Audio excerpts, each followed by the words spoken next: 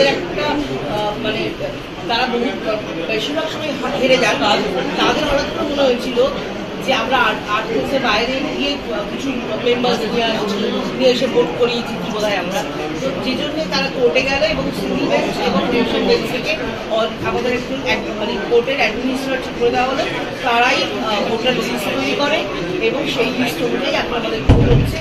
তো সেই জন্য এটা এই যা ওরা চেয়েছিল প্রায় 350 মেম্বারকে বাদ দিয়ে দিতে, আমরা তাদের জন্য লড়াই করেছি এবং আলটিমেটলি আমরা সাকসেস ঈশ্বর আছে সেই 350 মেম্বারকে নিয়েই কিন্তু আমরা আজকে ভোটটা করেছি। তো আমরা চাই যে অ্যাসোসিয়েশন মেম্বারদের নিয়ে অ্যাসোসিয়েশন থাকবে, তো সেই জায়গা থেকে আজকে ভোটটা খুব ইম্পর্টেন্ট। আজকে যে ভোট হচ্ছে তার উত্তর মেম্বাররাই দেবে।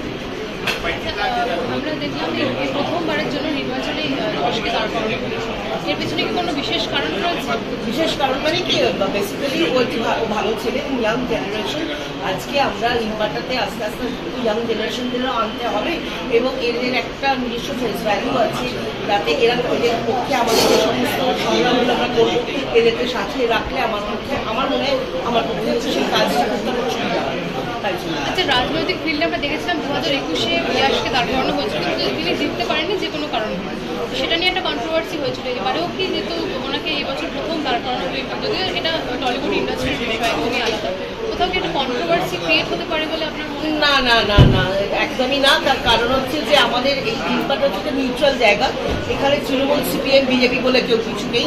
আমাদের এখানে মেম্বাররা তাদের নিজের ইচ্ছা মতো যা ইচ্ছা করতে পারে, কেউ তৃণমূল করতে পারেন, কেউ বিজেপি করতে পারেন, কেউ সিপিএম করতে পারেন, কিন্তু মেম্বার মানে মেম্বার। তারা আমাদের এখানে কোনো রং নেই।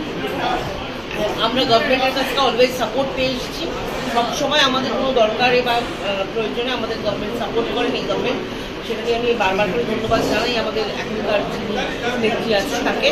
কিন্তু এখানে এটার মধ্যে আমরা কোনো রকম রং নেই, এখানে শুধু সবাই এসেছি আমরা কাজ করার জন্য।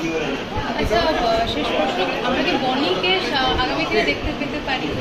এই যে বনি আপাতত ভোটার, ও এক্ষুনি ভোট দিতে আসছে, বনি আপাতত ভোটার।